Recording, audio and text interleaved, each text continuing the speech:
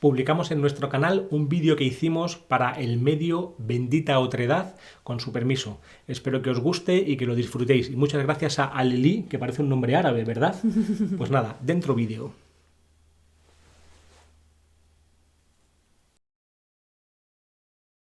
Bendita Otredad nos invita a que hablemos de nosotros desde la particular paradoja de que nosotros somos los otros. Y a mí, que me encanta la antropología y me encanta estudiar a otros, vamos a hablar de nosotros como si fuéramos los otros. ¿Qué te parece? Un saludo, por cierto, a todos los amigos de Bendita Otredad, que espero que nos estéis viendo. Vamos a ver si conseguimos hacer un vídeo breve y conciso en que hablemos de nosotros desde el punto de vista del otro. Marta, ¿cómo es esto de ser el otro? Me encanta la pregunta porque, claro, yo, o sea, si pienso, si me miro dentro, me doy cuenta de que yo soy una otra para mí misma incluso, ¿no? Porque, claro, toda la aventura vital consiste en aprender a conocerse a sí mismo, ¿no? Esto en el sufismo, la tradición que seguimos, está muy claro, ¿no? Porque se insiste en que quien consigue conocerse a sí mismo conoce lo divino como lo absoluto, como aquello que no tiene límites, como el misterio, como el amor insondable. Entonces, desde ahí, si cada uno de nosotros es una encarnación, un gesto, una faceta o una parte de esa divinidad, unidad, de ese misterio insondable y absoluto, no existen los otros, todos somos nosotros. Todos somos nosotros y también, o sea, desde lo humano, porque el lenguaje siempre es dualista, todos somos nosotros y a la vez somos el otro, ¿no? Ajá. Porque podríamos considerar que hay un nosotros y la divinidad que sería lo gran otro, ¿no? Y como es insondable, como es inconmensurable, como es tan grande que no tiene límites, infinita, pues en el descubrimiento paulatino de ese otro, o en esa aventura de descubrimiento de ese otro, todo lo que sucede en la vida es a la vez un diálogo y un monólogo, ¿no? Algo así. O sea que es muy difícil de explicar. Dios es a la vez el gran otro, porque es lo más ajeno y desconocido de mí mismo, pero a la vez es lo que más íntimamente soy, las dos cosas, ¿no? Recuerda este famoso versículo que tanto se cita en el sufismo, en el que Dios, hablando en primera persona, dice: estoy más cerca de ti que tu vena yugular. Eso es, estoy más cerca de ti que tu vena yugular. Es decir, la persona con experiencia religiosa normalmente se da cuenta, o espiritual profunda, se suele dar cuenta de que Dios es a la vez lo más alejado y lo más cercano, o lo más trascendente y lo más inmanente, ¿no? Las dos cosas. Y esa sería la aventura. Eso en general, claro. Estamos hablando de dimensiones como filosóficas.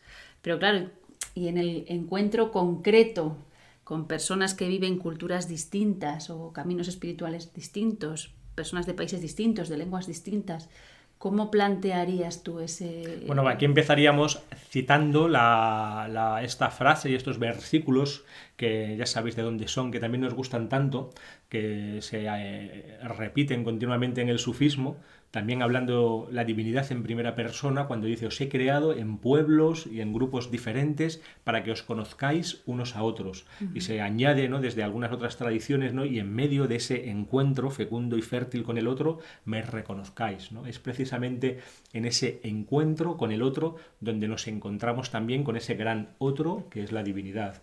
También ya sabes tú, ¿no?, que uno de los lemas que se repiten en el grupo sufí en el que nos sentimos más cercanos y más afines sería el de Tarikatuna Sohbet, que significaría nuestro camino es el encuentro, y la bendición, y la bendición viene de esa agrupación y de ese encuentro. Es en el encuentro con el otro donde llueve y caen las bendiciones. Eso es, porque claro, desde nuestra concepción de lo real, la persona que tenemos delante siempre es un espejo de nosotros mismos. Es decir, viene de alguna manera a abrir alguna puerta en nuestro propio camino. Entonces, claro, si es una persona cercana en cuanto a cosmovisión, pues nos da un regalo de autodescubrimiento, pero es una persona muy alejada de nuestra cosmovisión, entonces el encuentro con ellas da todavía más frutos. ¿Por qué? Claro. Porque tienes que ser capaz, el objetivo es ser capaz de ver el rostro de la divinidad detrás de cada persona que se presente ante ti, independientemente de la creencia que tenga, de la forma de vida que tenga. Ese es el gran desafío. Yo sí lo veo, el rostro de la divinidad mirándote a ti. Qué tonto. Ese es el gran desafío, encontrar a la divinidad en todo, ¿no? También en el Evangelio se dice, ¿no? Como era algo así, tú lo recordarás mejor que yo, que no os reuniréis dos de vosotros sin que yo no sea el tercero, ¿no? Hablando Dios o Cristo, tal vez en el contexto cristiano, ¿no? Por intentar dar una respuesta a lo que nosotros queremos, ¿no? que se nos pide, porque también todo es un diálogo con la realidad y hay que estar siempre muy atentos a hacer esa aventura hermenéutica de interpretación de la realidad. ¿Por qué estamos aquí grabando un vídeo? ¿No? ¿Qué es lo que se nos pide? ¿Cuál es la intención? Y tenemos la sensación que queremos que se hable un poco de cuál es también nuestra cosmovisión, ¿no? Nuestra forma de entender la realidad, que también nos coloca en el lugar desde el cual nos relacionamos con nosotros mismos y con los demás, ¿no? Con el uno y con el otro. Y entonces podríamos decir, para dar así alguna pista, porque queremos que el vídeo sea muy breve, que el sufismo, tal como lo entendemos nosotros, o al menos tal y como yo lo entiendo, y no represento a nadie más que a mí mismo, sería el intento de entregar la propia vida de manera serena, armónica, pacífica, voluntaria, a la divinidad, entendida como lo absoluto, lo real, lo que no tiene dos, lo no dual, lo que está más allá de toda concepción. Es decir, en otro lenguaje, pero sería exactamente lo mismo, para ver si se ha entendido, el intento consciente de llevar una vida lo más significativa posible. Eso sería como yo entendería el sufismo. Y luego habría como ese sería como el aspecto de la unidad de Dios, y luego en cuanto a la vida concreta que tenemos que llevar, pues intentaríamos buscar el ejemplo de aquellos que saben más que nosotros y que además tienen un nivel espiritual, por llamarlo así, mayor que el nuestro. Y entonces nos fijamos en los maestros espirituales y también en aquellos seres humanos que ha habido en la historia, que podríamos llamar, por ejemplo, profetas o enviados o algo así, que han venido a traer ese mensaje, ¿no? Y entonces creemos en el Evangelio, creemos en la Torá y creemos también en la revelación coránica, ¿no? Esto sería un poco el sufismo. Y de alguna manera, como se dice que hay 124.000 profetas, esto nos da pie también a darnos cuenta de que cualquier tradición de la unidad, en la medida en que no haya sido adulterada después por la historia, pues es una tradición verdadera y que, por decirlo así, Dios se manifiesta en el mundo de muchas maneras o con muchos rostros, y como decíamos al principio, nuestro trabajo sería encontrarnos en este mundo unos con otros para ir juntando las piezas del puzzle que aquí han quedado repartidas y hacernos como una idea o una imagen de lo global, y así conocer a Dios, que sería el objetivo o uno de los objetivos más altos que podemos tener en esta tierra. Eso es. Y luego añadir también una cosa, yo creo que casi para acabar, y es que ¿cuándo da más frutos el encuentro con el otro, con una persona de eso, una cosmovisión, un imaginario, una forma de vivir diferente? ¿Cuándo da más frutos? Yo creo que da más frutos siempre cuando la actitud en este caso de nosotros, ¿no? Cuando la actitud de la persona que va hacia el otro es abierta, es decir, hay una apertura, pero una apertura sincera a que el otro pueda enseñarte algo y a que esté puesto por Dios para algo.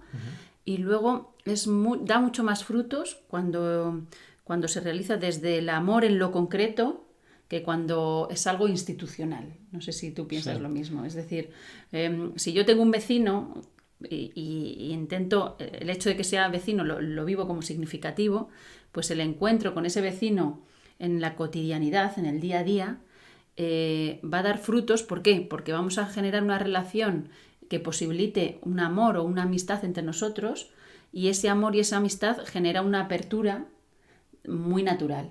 Sin embargo, cuando es algo como impuesto desde arriba, suele ser más complicado. No creemos, como decía alguno de los maestros que hemos conocido, no creemos en la mística o en el amor con subvención, ¿no? No creemos en el amor oficial, ¿no? Sino que precisamente tanto la fe espiritual como la mística, como el amor, como todos los más bellos atributos humanos han de nacer, originarse de manera espontánea, ¿no? Hay que hacer lo que brota espontáneamente del corazón, si no, no es realmente amor ni es realmente fe, ¿no? No se puede pagar a una persona para que me quiera o para que tenga fe, ¿no? Eso no se puede institucionalizar.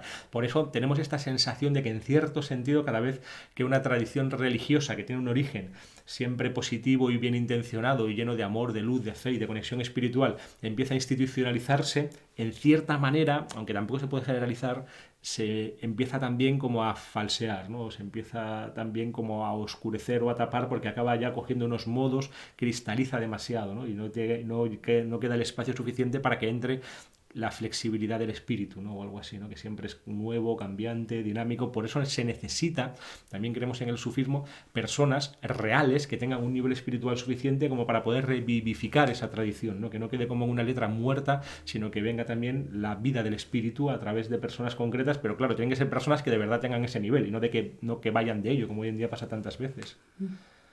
Y yo creo que... Una palabra sobre la paz y lo dejamos. Pues muy bonito ver cómo el saludo en muchas tradiciones, por ejemplo los judíos dicen salom, los musulmanes dicen salam, y eso no es otra cosa que desearle la paz al otro. Eso como carta de presentación, porque en el saludo lo primero que se dice es eso, ¿no? Entonces esto es muy bello, claro. Luego después se convierte como en una fórmula ya repetida y podemos olvidarnos de que tiene un sentido. Pero eso implica que lo primero que le deseas al otro es justo la paz. Qué bonito, porque así hilas la paz e hilas el otro, de tal manera que es la forma perfecta de acabar. Y yo quiero recordar, ahora que lo dices, que en algún momento en el Evangelio el propio Jesucristo dice que desear la paz es la forma en que se saluda en los cielos, ¿no? Sí, sí, eso es. Qué bonito. Y de esta manera también las tres grandes religiones monoteístas, digamos, quedan como unidas, unificadas en la paz. Y ojalá sea así, ¿no? Porque sinceramente creemos que tenemos que encontrarnos unos y otros en esa paz, y que en todas las tradiciones hay herramientas de sobra para mirar al otro y a sí mismo desde una mirada pacífica. Y en cierta manera, por dar un último toque psicológico, ya acabamos de verdad, cuando uno ve la violencia en el otro, lo que está haciendo desde una perspectiva psicológica es proyectar o poner fuera su propia violencia no resuelta, de tal manera que el primero que tenemos que pacificar es a nosotros mismos, ¿no? Y desde ahí probablemente la realidad exterior que veamos sea mucho más amable y mucho más pacífica que cuando estamos en lucha o en guerra con nosotros mismos. Bueno, pues nada, muchísimas gracias, saludos a Bendita Otredad. Si, como ella nos dijo que iba a poner los links de nuestros libros y de nuestro canal, no vamos a hacer ninguna publicidad del canal, simplemente, ni vamos a animaros a que busquéis nuestro canal en YouTube para suscribiros, simplemente saludar, dar las gracias. Ella es Mardía Herrero, yo soy Rafa Millán, vivimos en España y ha sido un placer grabar este vídeo. Ojalá pueda haber en el futuro muchas más colaboraciones. Muchísimas gracias y como siempre acabamos, bendiciones.